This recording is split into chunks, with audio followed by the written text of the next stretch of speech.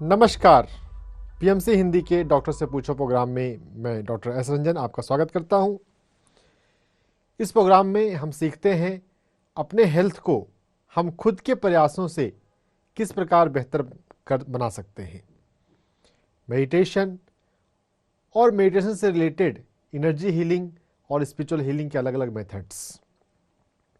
मैं professionally MBBS doctor हूं।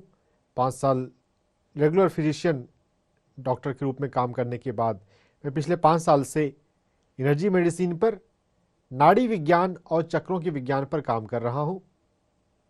हर एक तरह के पेशेंट देखता हूं, लेकिन विदाउट मेडिसिन बल्कि अपनी ऊर्जा और अपने अवचेतन मन, सबकॉन्शियस माइंड पर काम करते हुए हीलिंग करना। तो हमारे लिए प्रैक्टिकली ध्यान, एक्यूप्रेशर और अफर्मेशन महत्वपूर्ण है जब क्रोनिक केसेस हों, जब बीमारी थोड़ी पुरानी है और हमारे पास जल्दबाजी नहीं है, हमारे पास समय पर्याप्त है। तो हमें अपने स्ट्रेस पर काम करना है, अपनी quality of food, quality of sleep, quality of profession को इम्प्रूव करना है। अगर हमारी नींद पूरी नहीं होती है तो हेल्थ तो कभी ना कभी कॉम्प्रोमाइज होगा।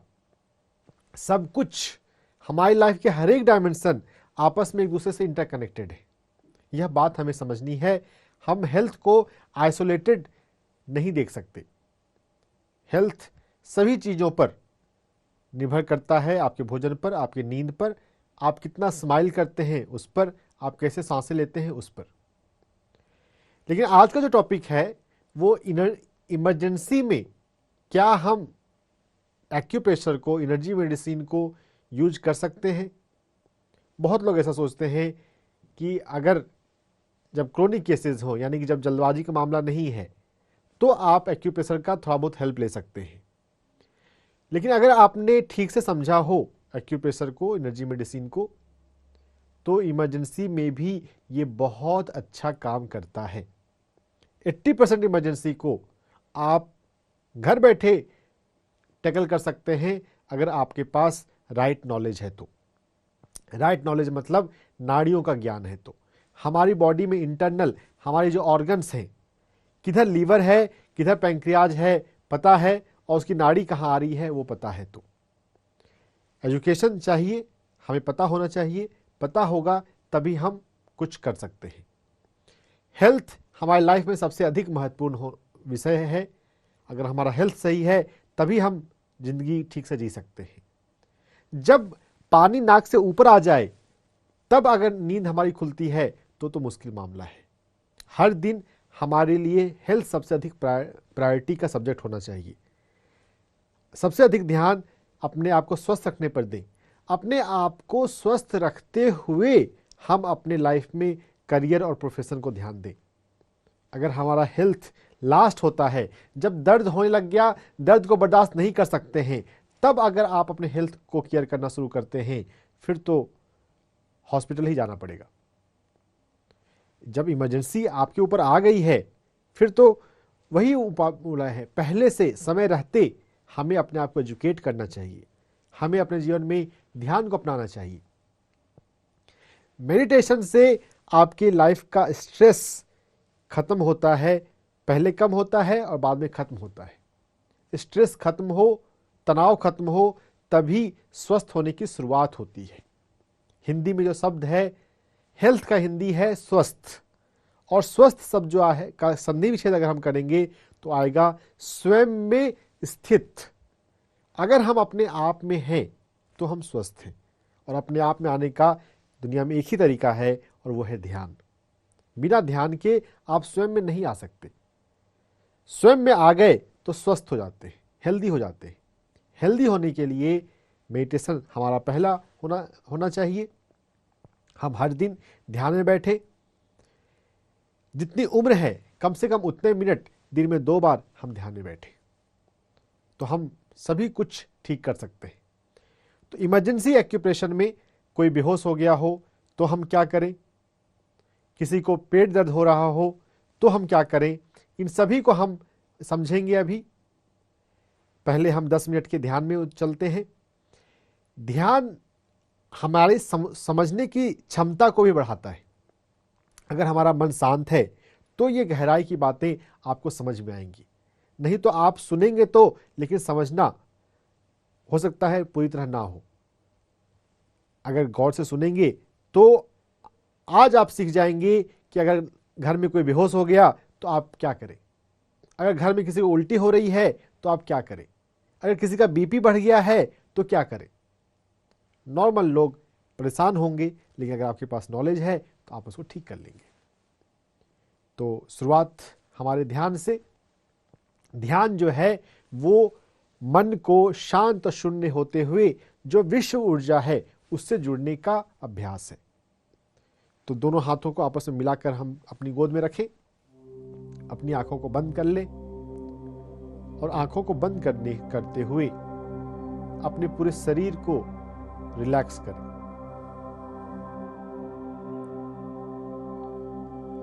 अपने पैरों को रिलैक्स करें, हाथों को रिलैक्स करें, कंधों को रिलैक्स करें और पूरे शरीर को बिल्कुल ढीला छोड़ दें।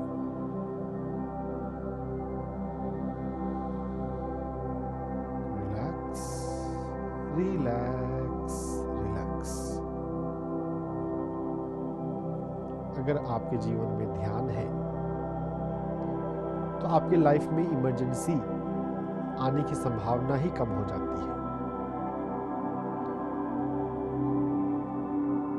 अंदर आती विश्वास और बाहर जाती विश्वास को महसूस करें।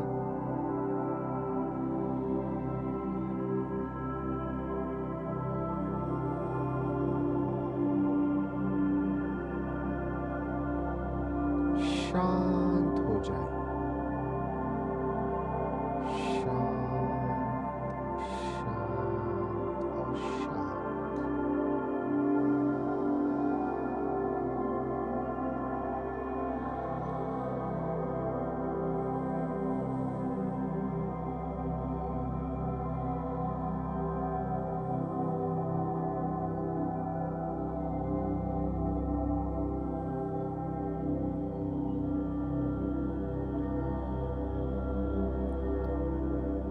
मन की शांति और शून्यता हमें सर्वव्यापी विश्व शक्ति से जोड़ देती है। हमारे स्पाइन में 7 ऊर्जा केंद्र वाली सुषुम्ना नाड़ी है।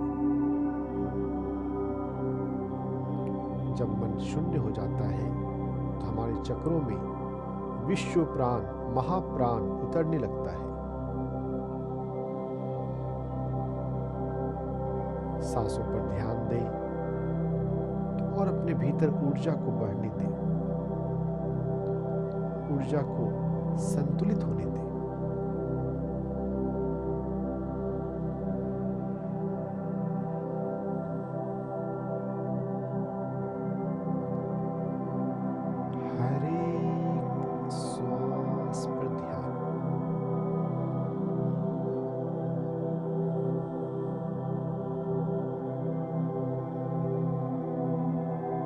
सांसों पर ध्यान करते हुए हमें अपने जीवन में अनुभव होता है कि हम इस शरीर के साथ साथ हम ऊर्जा है। We are energy beings. इस ऊर्जा को महसूस करना हम सीखें। इस ऊर्जा का उपयोग इमरजेंसी में बहुत होता है। एनर्जी मेडिसिन नाड़ियों पर और ऊर्जा पर काम करने का ये विज्ञान मेन स्ट्रीम मेडिकल साइंस से ज्यादा पावरफुल है। Acupressure energy science is more powerful than allopathy. अगर हम घर बैठे खुद से अगर मैनेज कर सकते हैं बिना किसी सोफिस्टिकेटेड मॉडर्न इंस्ट्रूमेंट की, तो कौन अधिक शक्तिशाली हुआ, आप खुद समझिए।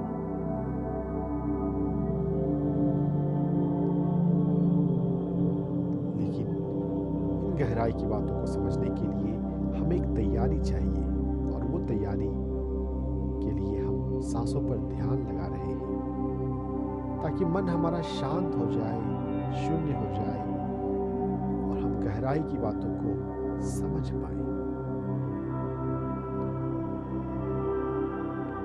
जब भी हम कुछ पढ़ने बैठते हैं, समझने बैठते हैं, तो पहले हमें 5 मिनट के लिए ध्यान में जरूर बैठना चाहिए। हमारी रिसेप्टिविटी बढ़ जाती है।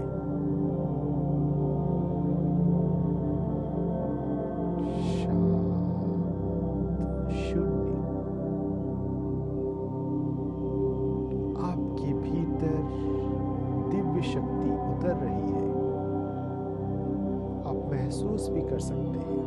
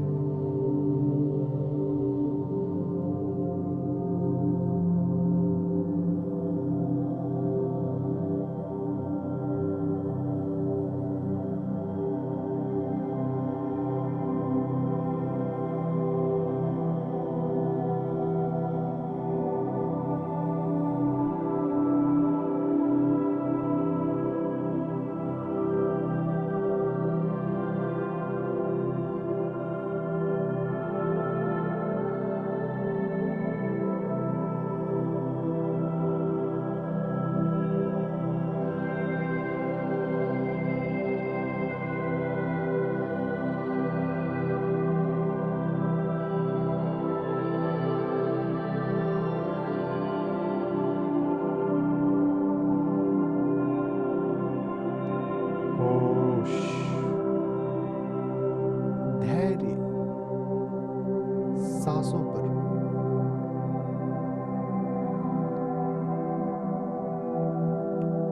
लगातार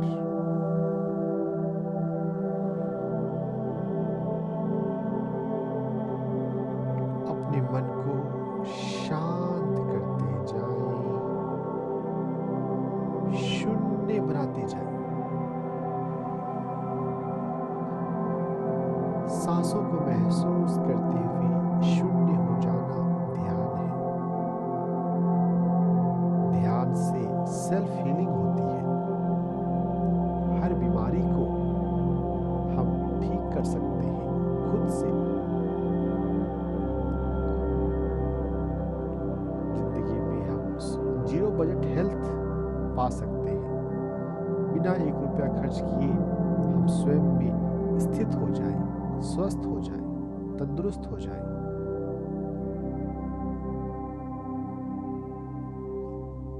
सांसों पर ध्यान देते जाएं लगातार।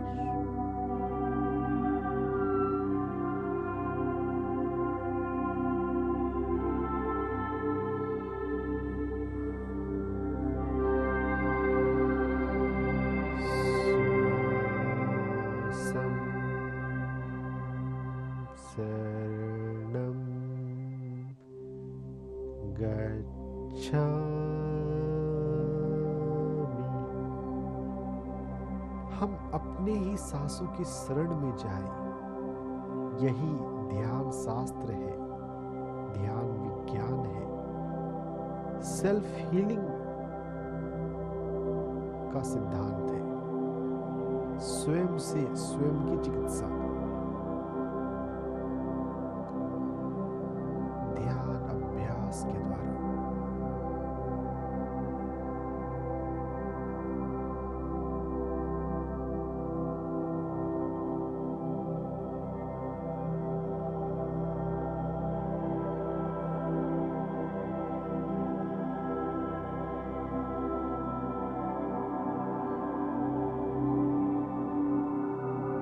Go deeper and deeper in meditation. गहरे और गहरे उतरते जाएं सांसों पर ध्यान में।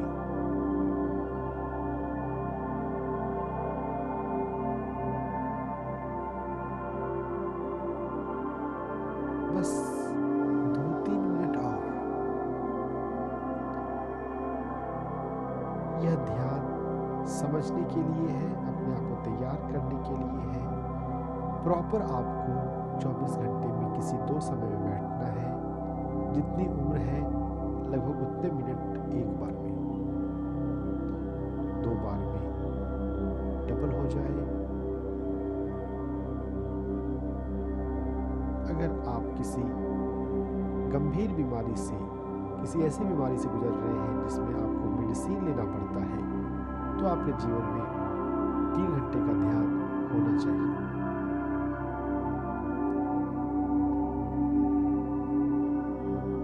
इस ध्यान के अभ्यास को हम शास्त्रीय संगीत के साथ भी कर सकते हैं।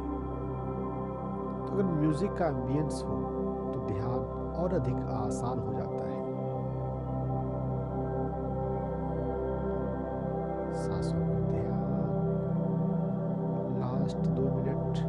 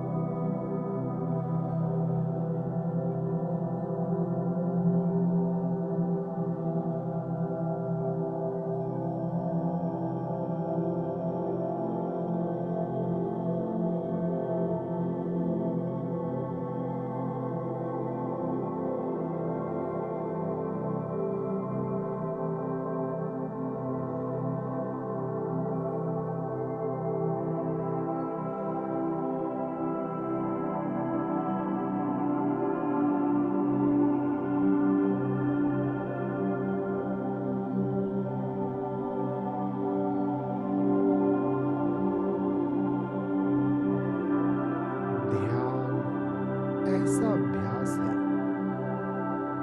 जब आपकी लगन लग जाए, जब आपको शून्य होना आ जाए, फिर तो आपको घंटों निकल जाएगा, पता नहीं चलेगा। क्योंकि हम समय से परे चले जाते हैं, हम अपने स्थूल शरीर से परे चले जाते हैं ध्यान में।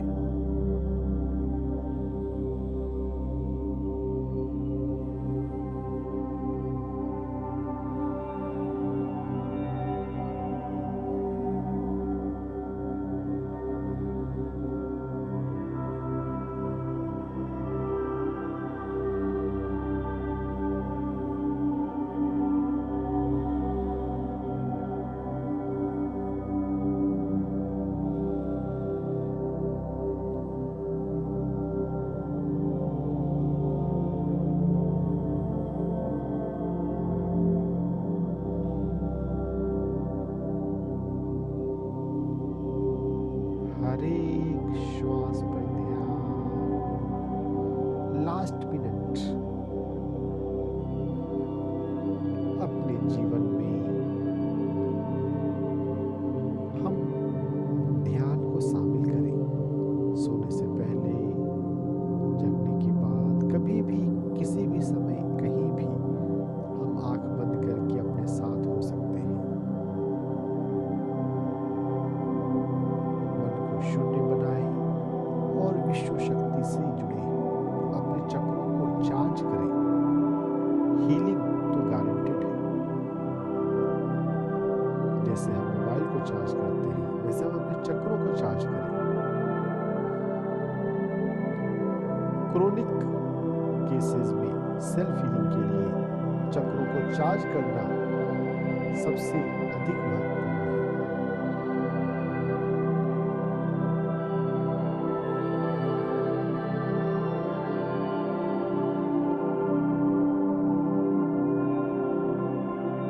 लास्ट 20 सेकेंड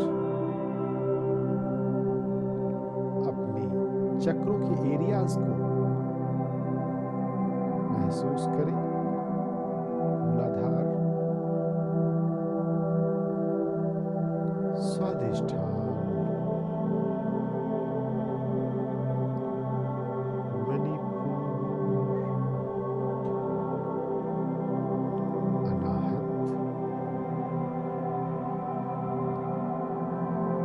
विशुद्धि, आज्ञा चक्र और सहस्त्रार।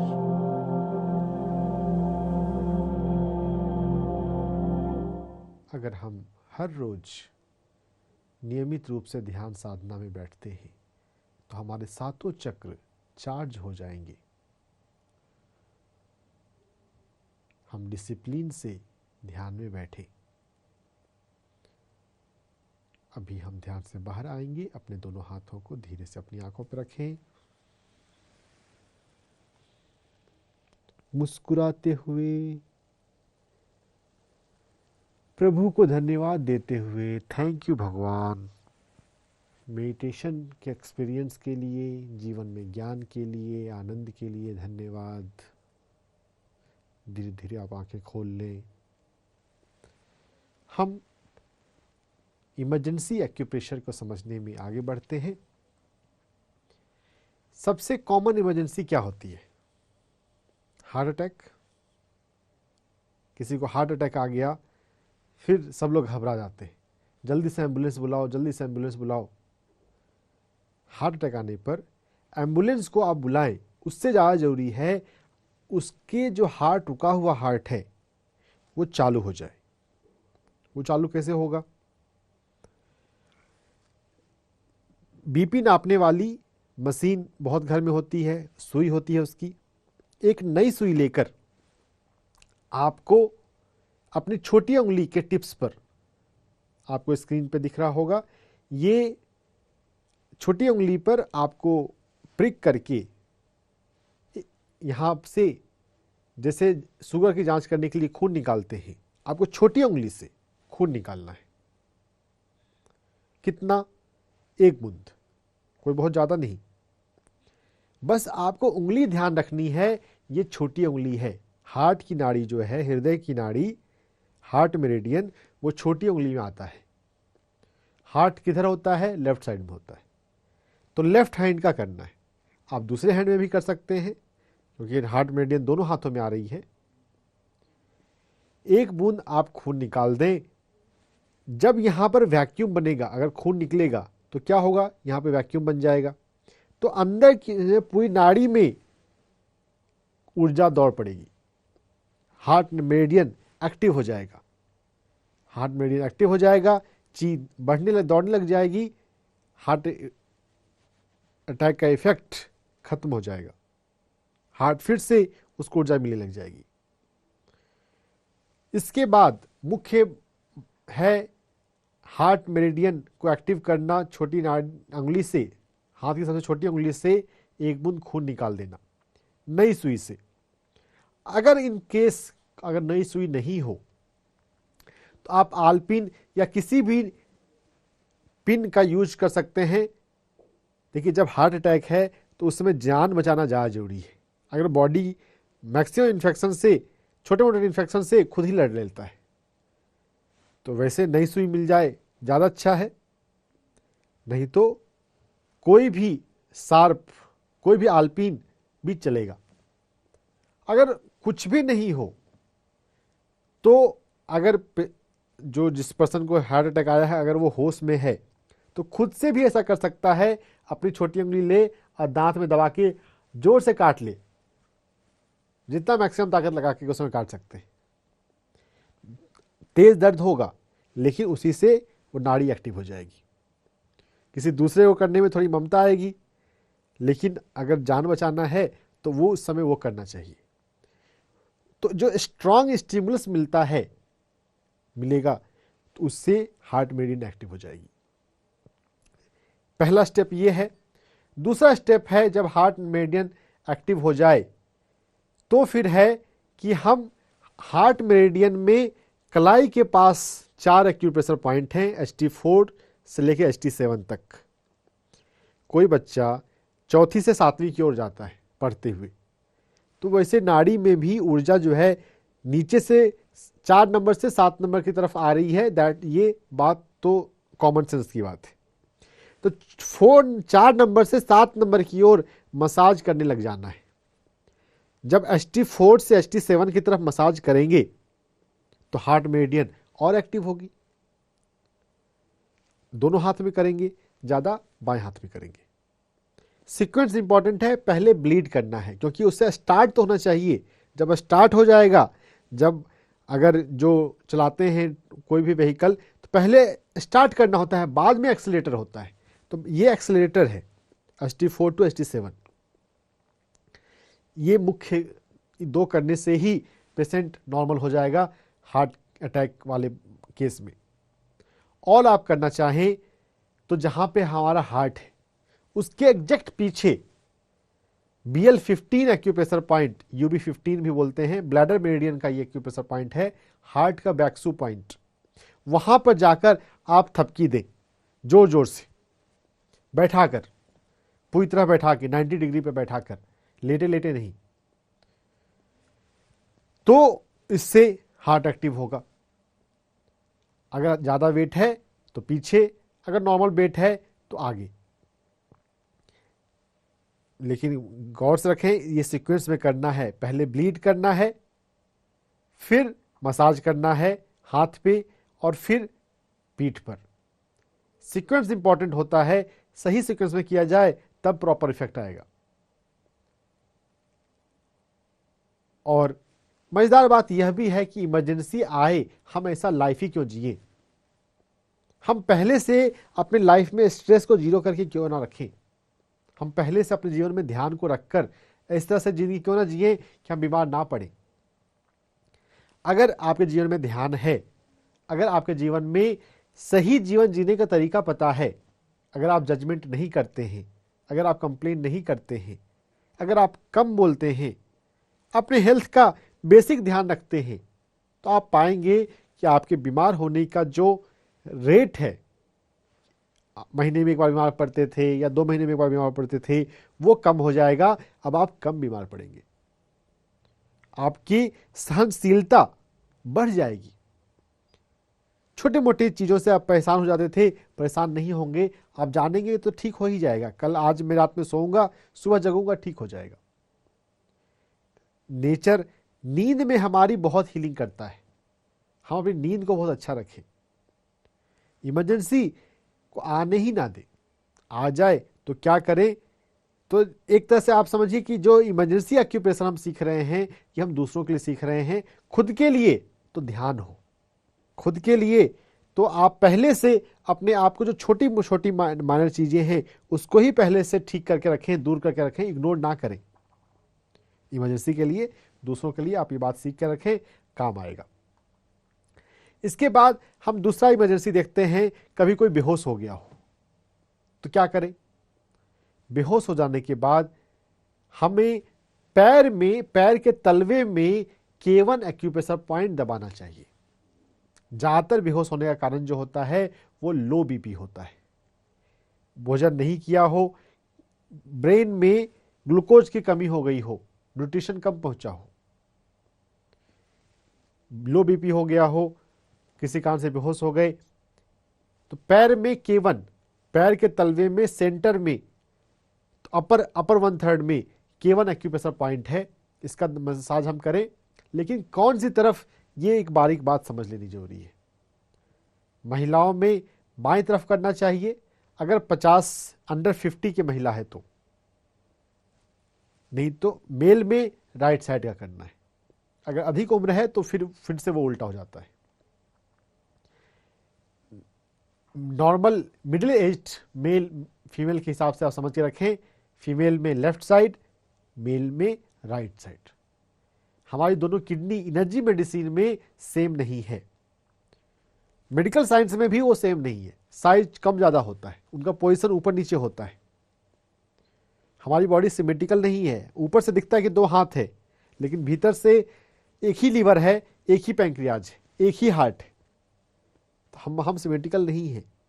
तो थोड़ी सी बारीक का था यहाँ पे ध्यान रखना पड़ेगा कि किस तरफ का करना चाहिए। जब कोई बेहोश हो जाए तो पैर में K1 एक्यूप्रेशर पॉइंट दबाएं।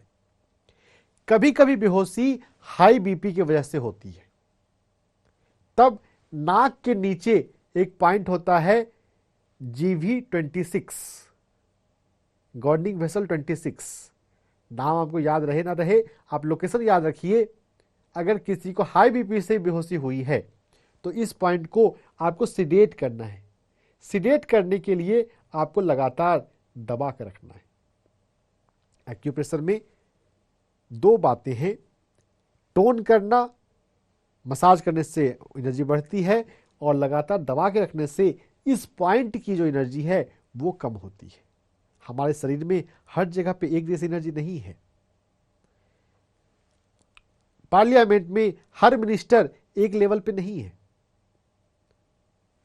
कॉलेज में हर प्रोफेसर एक लेवल पे नहीं है। कोई एचओडी होता है, कोई लेक्चरर होता है, कोई जूनियर लेवल पे है, कोई सीनियर लेवल पे है। हमारे भीतर भी ऊर्जा जो बह रही है अलग अलग टाइप की ऊर्जा होती है।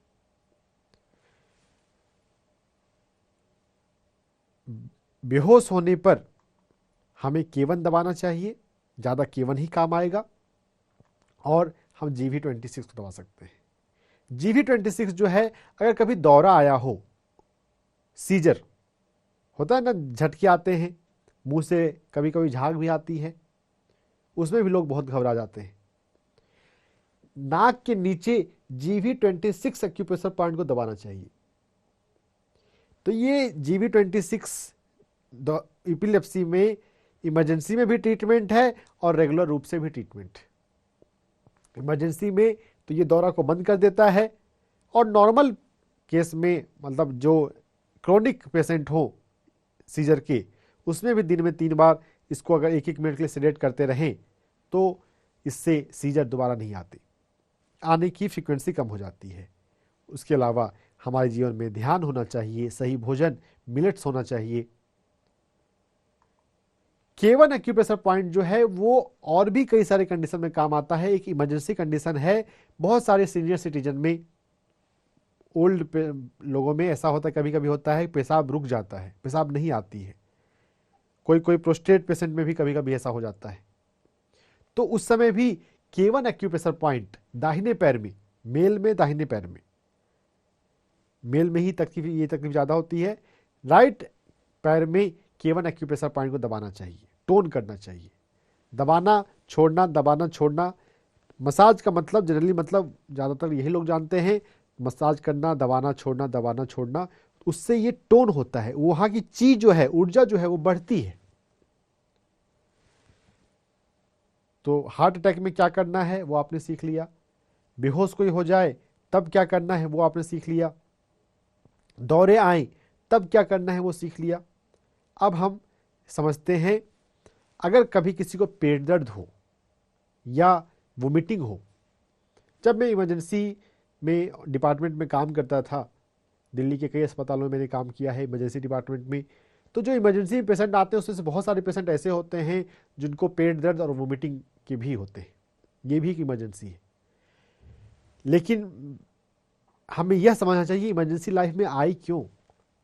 अगर हमने अपना भोजन सही रखा, अगर हमारा भोजन सात्विक है, अगर हम घर का भोजन करते हैं, जितनी भूख हो उतना भोजन करते हैं, सात्विक भोजन है, मिताहारी है, जितनी जरूरत है उतना भोजन करना, ये टेस्ट है तो ज़्यादा भोजन कर लेना, ऐसी आदत भी कुछ लोगों की होती है। अच्छा भोजन मिला तो फिर ज़्यादा दबा लेना, वो बात जीभ के लिए हमें नहीं खाना चाहिए। हमें नीड के अनुसार, जरूरत के अनुसार खाना चाहिए।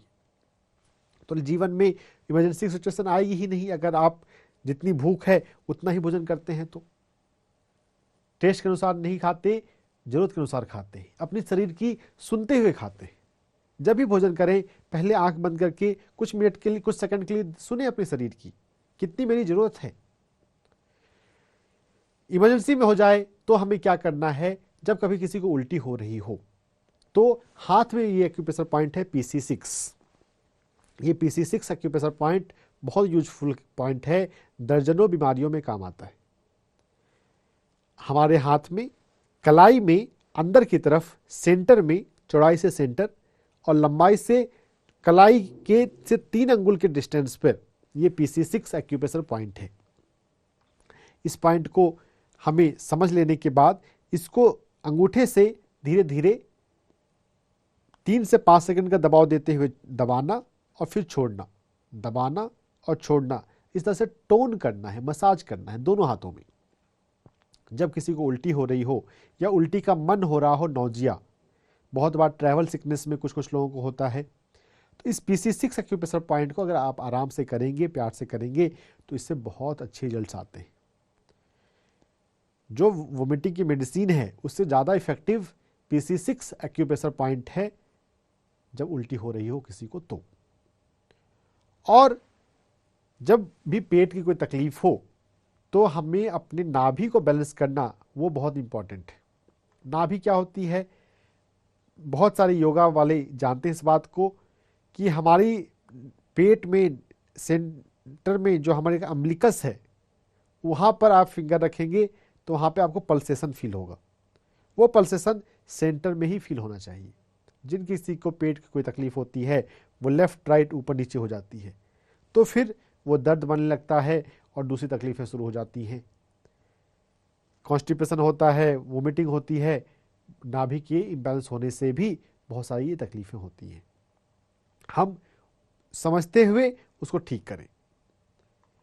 हमारे पैर में पैर का जो 1/3 कहें या सेंटर कहें, इसका मसाज करने से भी हम पेट दर्द में बहुत अच्छा लाभ पा सकते हैं।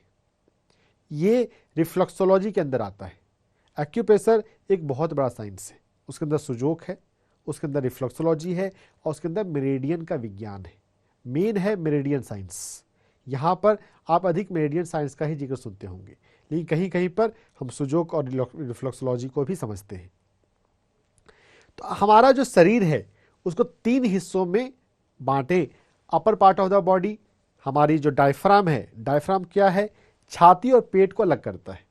डायफ्राम से ऊपर का हिस्सा upper part of the body, diaphragm से नीचे पेट middle part of the body, और हिप के नीचे lower part of the body पैर का हिस्सा। तो उनको मोटा मोटी सोल ऑफ द फीट में डिवाइड किया गया है। Upper part of the sole, middle part of the sole, जो तलवा है, अपर 1/3, मिडिल 1/3 एंड लोअर 1/3। तो पेट जो है मिडिल 1/3 में आता है, तो तलवे के मिडिल 1/3 को मसाज करें, गोल गोल मसाज करें या कैसे भी मसाज करें, तो इससे कॉरेस्पॉन्डेंट सिस्टम पर काम होगा और नाभि को बैलेंस करने में भी यह काम आ सकता है। नाभि को बैलेंस करने के लिए दर्जनों मेथड से अलग अलग लोग अलग अलग मेथड यूज करते हैं। योगा वाले, नेचुरोपैथी वाले, बहुत लोग बहुत सारे मेथड को जानते हैं, वो भी सब सीख सकते हैं। योगासन में जब हम नौकासन करते हैं वह भी नाभि को बैलेंस करने के लिए बहुत अच्छा है। ये भी 57 एक्यूप्रेशर पॉइंट होता है हमारे काफ मसल्स के सेंटर में, वो भी बहुत अच्छा पॉइंट है। पेट दर्द में हमें इस पॉइंट को अपनाना चाहिए। पॉइंट और भी बहुत सारे हैं, ST36 है, REN 12 है। पेट दर्द उल्टी का मैनेजमेंट हम सीख लेने के बाद हम अब चलते हैं दांत दर्द पे। दांत दर्द भी कभी कभी इमरजेंसी बन जाती है, लोगों को कॉम्बिफ्लेम लेना पड़ता है। अगर जो जो पॉइंट आज हम सीख रहे हैं, अगर इन सभी को आप ध्यान में रखते हैं, आपको लाइफ में कभी कॉम्बिफ्लेम या डिस्प्रिन लेने की जरूरत नहीं पड़ेगी। जो दांत है उसका कॉरेस्पॉन्डेंस हमारे हाथ के अंगूठे में जो नाखून है उसके कॉर्नर पे है। ये जो हमारा स्कल है, हमारी खोपड़ी में ये जो बोन का हिस्सा है ये हार्ड है और हमारे अंगूठे में जो नाखून है वो हार्ड है। तो इस तरह से कॉरेस्पॉन्डेंस सुजोक में बताया गया है। कोरिया के प्रोफेसर हुए प्रोफेसर पार्क जे वू, उन्होंने ये सारी बातें बताई हमें। तो ये इस कॉर्नर पे आप काला रंग लगा दें, दोनों हाथ के नेल के कॉर्नर पे काला रंग लगा देने से जो दांत का दर्द है वो यांग का एक्सेस है। 2 तरह के प्राण होते हैं, सूर्य प्राण और पृथ्वी प्राण, यांग एंड इन। जो ब्लैक एंड व्हाइट का गोला है उसमें जो व्हाइट एनर्जी है वो सूर्य प्राण, सूर्य की एनर्जी, और जो ब्लैक है वो पृथ्वी की एनर्जी। तो दांतों को दर्द जब है तो वहाँ पर यांग एक्सेस हो गया है। जो इन्फेक्शन होते हैं, इन्फेक्शन है या इन्फ्लामेशन है, वहाँ पर यांग बढ़ जाता है। तो ब्लैक कलर जो है वो यांग को कम करता है। तो बहुत सारे दर्द में जो इन्फेक्शन वाला दर्द है या इन्फ्लामेशन वाला दर्द है जिसमें सूजन होती है, उसमें ब्लैक कलर यूज होता है, ब्लैक कलर थेरेपी होती है कॉरेस्पॉन्डेंस पर। सुजो कॉरस्पॉन्डेंस दांत के लिए अंगूठे का किनारा है, दोनों हाथ में नाखून के अंगूठे के किनारे पर ब्लैक कलर लगाएं। और इसके अलावा LI4 एक्यूप्रेशर पॉइंट है, ये एक्यूप्रेशर पॉइंट भी बहुत काम का है। हमारी अंगूठे की बाद की जो उंगली है उसकी जो हड्डी है उसके सेंटर में ये पॉइंट है, इस पॉइंट को हमें सिडेट करना है। सिडेट करने के लिए लगातार दबा के रखना है, कंटिन्यूस प्रेशर फॉर 1 मिनट। लगातार दबा के रखने से यहाँ पे नाड़ी में जो ऊर्जा बह रही है वो ऊर्जा थोड़ी कम हो जाएगी। यहाँ की ऊर्जा को हमें कम करना है, तब दांत दर्द में राहत मिलेगी। आप ये 2 चीज़ करेंगे, आपको बहुत सारे दांत दर्द में इंस्टेंट रिलीफ मिलेगा। और जो रेगुलर केयर है, रेगुलर डेंटल केयर, वो तो हमें करना ही चाहिए। जो इमरजेंसी है वो इमरजेंसी के लिए है, वो हमेशा के लिए नहीं है। हमेशा में तो आपको अपने दांतों का अच्छा केयर करें, अच्छी सफाई रखें। फीवर, बहुत बार हाई फीवर भी बहुत लोगों को परेशान करता है। फीवर में भी लोगों को इमरजेंसी हो जाती है। जब हमें सबसे पहली बार फीवर टॉपिक पढ़ाया गया मेडिकल कॉलेज में, तो वहाँ पे हमें बताया गया था कि अगर 100 से ऊपर जब फीवर हो तभी हमें उसे कम करने के लिए कुछ करना चाहिए। 100 के अंदर का जो फीवर होता है वो शरीर को की लड़ने की क्षमता को बढ़ाता है। देखिए, जब हमारे शरीर में किसी बैक्टीरिया का, पैथोजन का, बैक्टीरिया में अच्छे बैक्टीरिया भी होते हैं, पैथोजन मतलब बीमारी पैदा करने वाले बैक्टीरिया, हमारे शरीर में जब पैथोजन का अटैक हुआ है तो हमारे शरीर में जो रोग प्रतिरोधक सेल्स होते हैं, एंटीबॉडीज, वो उनसे लड़ती हैं। और अगर हमारी इम्यूनिटी सेल्स स्ट्रॉन्ग हैं, उसको हरा दें तो हम ठीक रहते हैं। इन्फेक्शन हो जाए तो भी फीवर हो, बीमारी हो, ऐसा कोई ज़रूरी नहीं है। अगर हमारी इम्यूनिटी अच्छी है तो हम जीत जाएंगे। तो जब टेम्परेचर थोड़ा बढ़ता है शरीर का, तो शरीर को लड़ने में आसानी होती है। इस बात को आप समझिएगा। फीवर जो है, माइल्ड फीवर, शरीर के लिए एक प्रोटेक्टिव मैकेनिज्म है। हाँ, जब फीवर 100 के ऊपर जाए तो हमें केयर करना चाहिए कि वो ज़्यादा बढ़े नहीं। माइल्ड फीवर से कभी परेशान ना हो। फीवर होता है तो हमें क्या करना चाहिए? दाहिने करवट लेटना चाहिए। स्वर योग में हम सीखेंगे, हमारी लेफ्ट और राइट 2 नॉस्ट्रिल होती है। राइट की नॉस्ट्रिल जब एक्टिव होती है तो हमारा तापमान बढ़ता है, जब लेफ्ट की नॉस्ट्रिल एक्टिव होती है तो तापमान कम होता है। फीवर में लेटे ही रहते हैं, तो इस तरह से लेटना है कि आपकी बाई नॉस्ट्रिल चले। बाई नॉस्ट्रिल को चलाने के लिए हमें दाहिने करवट लेटना है। दाहिने करवट लेटेंगे, दाहिनी साइड लेटेंगे तो स्वतः हमारी बाईं तरफ की नॉस्ट्रिल चल पड़ेगी, और बाईं तरफ की नॉस्ट्रिल चल पड़ेगी तो हमारा टेम्परेचर कम होगा। फीवर है तो सबसे पहला में चीज जो करना है वो दाहिने करवट लेटना है। दाहिने करवट लेटने के बाद हमें अपने हाथ में प्राण मुद्रा और LI5 लगाना है। प्राण मुद्रा कैसे लगाते हैं? हमारे अंगूठे की उंगली, सबसे छोटी उंगली और रिंग फिंगर, इन दोनों को मोड़कर अंगूठे से टच करना। आप किसी पेपर टेप होता है माइक्रोपोर, डॉक्टर्स टेप भी बोलते हैं, उसको लेकर अपने फिंगर की ओर चारों तरफ से लगा दें। प्राण मुद्रा एक ऐसी मुद्रा है जिसको कितने भी देर के लिए किया जा सकता है। ज़्यादातर मुद्राएं 5 से 10-15 मिनट के लिए होती हैं, लेकिन प्राण मुद्रा एक ऐसी मुद्रा है जिसको हम कितनी देर भी चाहें तो कर सकते हैं। तो आप अपने हाथ में प्राण मुद्रा लगाकर टेप लगा लें, सोते समय लगा लें, रात भर रह जाएगा।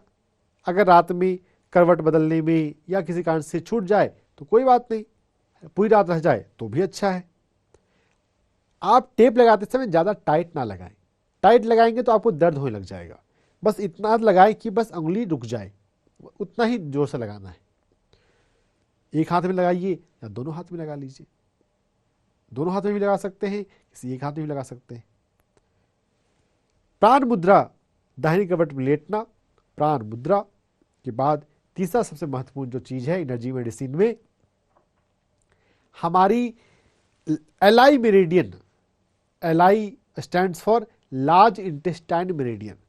हमारी बड़ी आंत की मेरिडियन यहाँ से गुजरती है और उसमें सबसे ज़्यादा यांग ची, सूर्य प्राण होता है। फीवर में हमें यांग को कम करना है तो LI5 एलाई मेरिडियन में हर पॉइंट पे हम काम कर सकते हैं। सबसे ज़्यादा LI5 और LI3 पर काम किया जाता है। तो LI5 को यहाँ पे ब्लैक कलर लगा लें। हमारे अंगूठे को जब आप आगे पीछे करेंगे तो यहाँ पर एक बॉक्स जैसा बनता है, गड्ढा जैसा कलाई के ऊपर, वहाँ पर LI5 एक्यूप्रेशर पॉइंट है। इस LI5 पॉइंट पर आप काला रंग लगा लें। काला रंग नहीं हो तो आप नीला रंग भी लगा सकते हैं। ब्लैक कलर थेरेपी और ब्लू कलर थेरेपी फीवर में काम आती है। दोनों हाथ में से लगाएंगे। जो रंग लगाया जाता है वो लगभग 6 घंटे के लिए लगाया जाता है और रंगों का अच्छा इफेक्ट दिन के समय आता है, जब डे लाइट होता है तब वो रंग काम करते हैं। और जब कलर थेरेपी करें तो वो कपड़ों से कवर ना हो, ये बात का ध्यान रखना है। वो एक्सपोज है लाइट के, तब फिर कलर का इफेक्ट आ रहा है। अगर वो कपड़ों के अंदर रहता है तो उसका उतना अच्छा इफेक्ट नहीं आता है। तो इस LI5 को करें। इसके साथ साथ आप अपना डिटॉक्स करें। डिटॉक्स बहुत इंपॉर्टेंट है। हमें फीवर होता है, क्यों होता है फीवर? हमारे शरीर के भीतर की गंदगी की वजह से। आपके घर में रसोई होगी, रसोई में हर दिन सफाई होती है, आप 4 दिन सफाई ना करें, जैसा गंदा है वैसा ही गंदा छोड़ दें। जो कचरा होता है उसको वही रहने दें, उसको बाहर ना निकालें। आप 5वें दिन पाएंगे कि वहाँ पर कीड़े आने लग जाते हैं, मक्खियाँ भिनभिनाने लग जाती हैं। कचरा अगर जमा रहे तो फिर कीड़े तो आएंगे। पैथोजेनिक बैक्टीरिया, हमारे शरीर में अगर भीतर गंदगी हो तो इन्फेक्शन तो होगा ही। इन्फेक्शन है, फीवर है, समझना है कि भीतर में गंदगी है, तो गंदगी को साफ करना है। साफ करने के लिए फास्टिंग और इंटरमिटेंट फास्टिंग सबसे अच्छा उपाय है। अगर थोड़ा पुराने ज़माने में हम जाएं, जब कभी किसी को फीवर होता था तो फास्टिंग करने को छोड़ देते थे। बहुत सारे जानवरों को आप देखेंगे जब वो बीमार पड़ते हैं तो खाना बंद कर देते हैं। अगर हम 1 दिन 2 दिन भोजन ना करें या कम करें तो उससे बहुत ज़्यादा फर्क नहीं पड़ता है। इन्फेक्शन से लड़ने के लिए फास्टिंग करने से हम डिटॉक्स होता है, भीतर सफाई होती है। तो आपको भोजन कम कर देना चाहिए जब फीवर हो तो। और आप जूस ले सकते हैं, आप सूप ले सकते हैं, आप लिक्विड ले सकते हैं। शरीर को जो सॉलिड फूड होता है उसको पचाने में अधिक मेहनत करनी पड़ती है, जो लिक्विड फूड होता है उसको पचाने में उतनी मेहनत नहीं करनी पड़ती। तो आप लिक्विड ले सकते हैं, या तो कुछ भी ना लें, सिर्फ नींबू पानी पे रह लें, या कोई जूस ले लें, या आप लिक्विड लेते रहें। सॉलिड आप 2 दिन के लिए 3 दिन के लिए, जब तक आपका फीवर ठीक नहीं हो जाए तब तक के लिए आप बंद कर दें। और जब कभी आप फास्टिंग करते हैं या आप सॉलिड को बंद करते हैं तो तुरंत बिल्कुल हार्ड डाइट पे नहीं आते हैं। सेमी सॉलिड से शुरू करते हैं, दलिया से शुरू करते हैं, खिचड़ी से शुरू करते हैं। योग में जिन लोगों ने कभी शंख प्रक्षालन की क्रिया की होगी, जिसमें हमारी आंत की सफाई की जाती है, तो उसके बाद लिक्विड खिचड़ी लेने के लिए कहा जाता है, क्योंकि हमारे डाइजेस्टिव सिस्टम पर लोड ज़्यादा ना पड़े। अभी वो आराम किया है, आराम से बाहर आया, तुरंत उसको हैवी काम ना मत दीजिए, थोड़ा सा आसान काम दीजिए। सेमी सॉलिड डाइट को पचाना थोड़ा आसान होगा। उसके बाद धीरे धीरे आप सॉलिड डाइट पे शिफ्ट करें। अगर इन सही बातों को आप करते हैं, फीवर ठीक होना कोई मुश्किल बात नहीं है, बहुत आसानी से ठीक हो जाएगा। पैरासिटामॉल की जरूरत नहीं है हमें ज़्यादा ज़रूरत है अपनी बढ़ी हुई यांग ची को कम करने की। और इसमें हम अफर्मेशन का भी सहारा ले सकते हैं। फीवर आने का मनोवैज्ञानिक कारण होता है गुस्से को दबा लेना। अगर आप एंगर को सप्रेस करते हैं तभी फीवर आता है। तो एंगर को रिलीज करना है। जिस भी इंसान से आपको गुस्सा आया है उस पर्सन को आप माफ करें। थोड़ा याद करें किस पर्सन पे गुस्सा आया। बहुत बार आपको पता चल जाएगा कि गुस्सा किस पे आया था और गुस्से को आपने निकाला नहीं। अगर निकाल देते फिर तो खाली ही हो जाते। तो जिंदगी में सबसे अच्छा है आप ऐसे बने कि सभी को स्वीकार करें। जो जैसा है भगवान की मर्जी से है, आप बिंदास रहें तो गुस्सा नहीं आएगा। लेकिन अगर गुस्सा आता है तो आप गुस्से को निकाल देना ही अच्छा है। जिस पर गुस्सा आए भड़ास अपना निकाल दे, अपने आप को खाली रखें, हल्का रखें, तो आपको फीवर नहीं आएगा। फीवर आता है तो दाहिने कवर लेटिए, प्राण मुद्रा लगाइए LI5 पर काला रंग लगाएं, फास्टिंग करें, इंटरमिटेंट फास्टिंग करें, लिक्विड लें, सीरियल को, अनाज को, पका हुआ भोजन को आप बंद कर दें 2 दिन 3 दिन के लिए, तो फीवर ठीक हो जाएगा। फीवर बहुत आसानी से ठीक हो सकता है। फिर इसके बाद हम देखते हैं हमारे शरीर में दूसरी तकलीफ, चोट लग जाती है। बहुत लोगों को लगता है चोट लग गई, ब्लीडिंग हो रहा है, फिर तो हाँ, अगर कोई बहुत मेजर ब्लीडिंग हो रहा है फिर तो खैर जाना ही पड़ेगा हॉस्पिटल। अगर ब्लड चढ़ाने की जरूरत पड़ गई है, इतना ज़्यादा इंजरी हो गई है, इतना बड़ा एक्सीडेंट हो गया है कि ब्लड चढ़ाना पड़ सकता है, फिर तो अलग बात है। लेकिन अगर छोटी मोटी इंजरी है तो उसमें हम सुजोग के ज्ञान से अपने बहुत हेल्प कर सकते हैं। सुजोग में क्या कहा जाता है कि हमारा जो पैर होता है, हमारे हाथ में मिडिल फिंगर और रिंग फिंगर, बीच की उंगली मध्यमा और जिसमें अंगूठी पहनाई जाती है अनामिका, इन दोनों अंगुलियों में हमारे पैर से जुड़े होते हैं। तो अगर पैर में चोट लगी है तो हमें इन दोनों अंगुलियों का केयर करना है, और अगर हाथ में चोट लगी हो तो इंडेक्स फिंगर और लिटिल फिंगर, सबसे छोटी उंगली और इंडेक्स फिंगर, इनका केयर करना है। ये दोनों हाथ से जुड़े हुए हैं। क्या केयर करना है? जब भी चोट लगती है, चोट लगने में यांग ऊर्जा बढ़ जाती है, तो यांग ऊर्जा को कम करने के लिए आप उसे ठंडे पानी में डिप कर सकते हैं।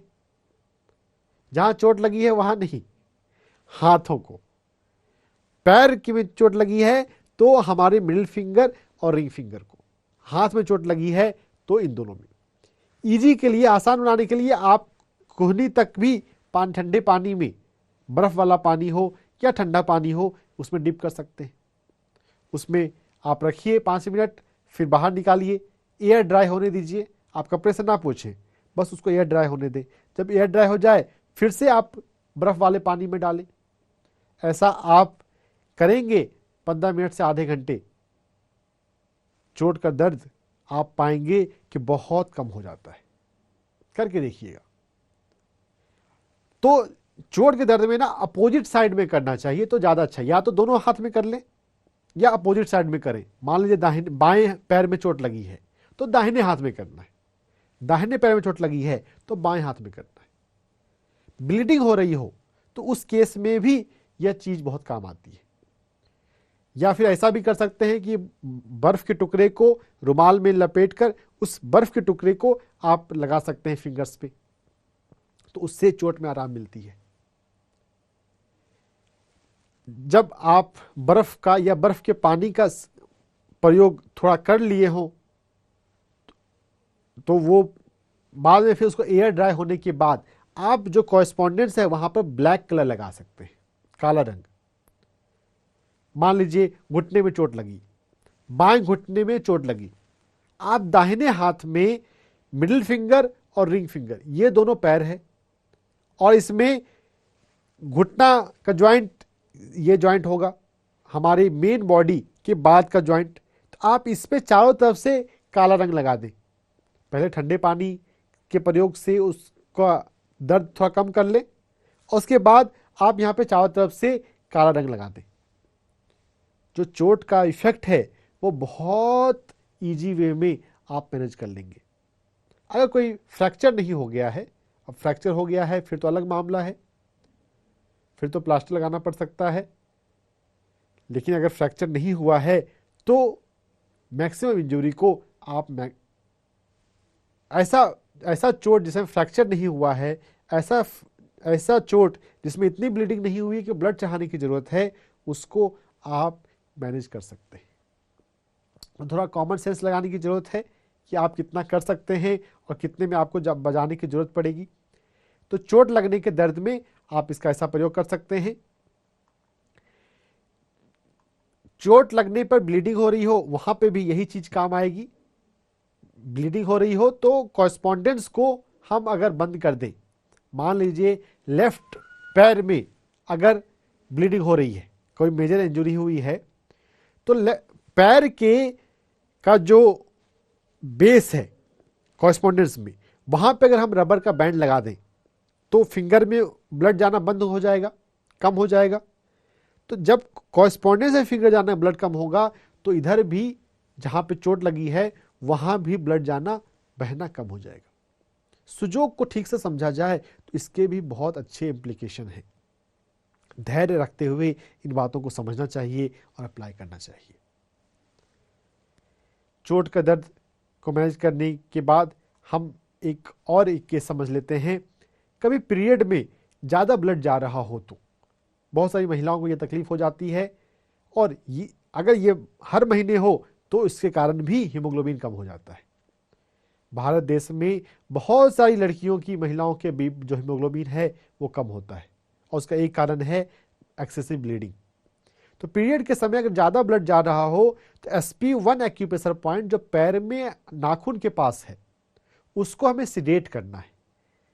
सिडेट करने के लिए यहाँ पे हम काला रंग लगा सकते हैं, या कोई रबर लेकर, जो हेयर रबर है, या उसको वहाँ पर हम टाइट लगा सकते हैं जिससे वो पॉइंट दब जाए।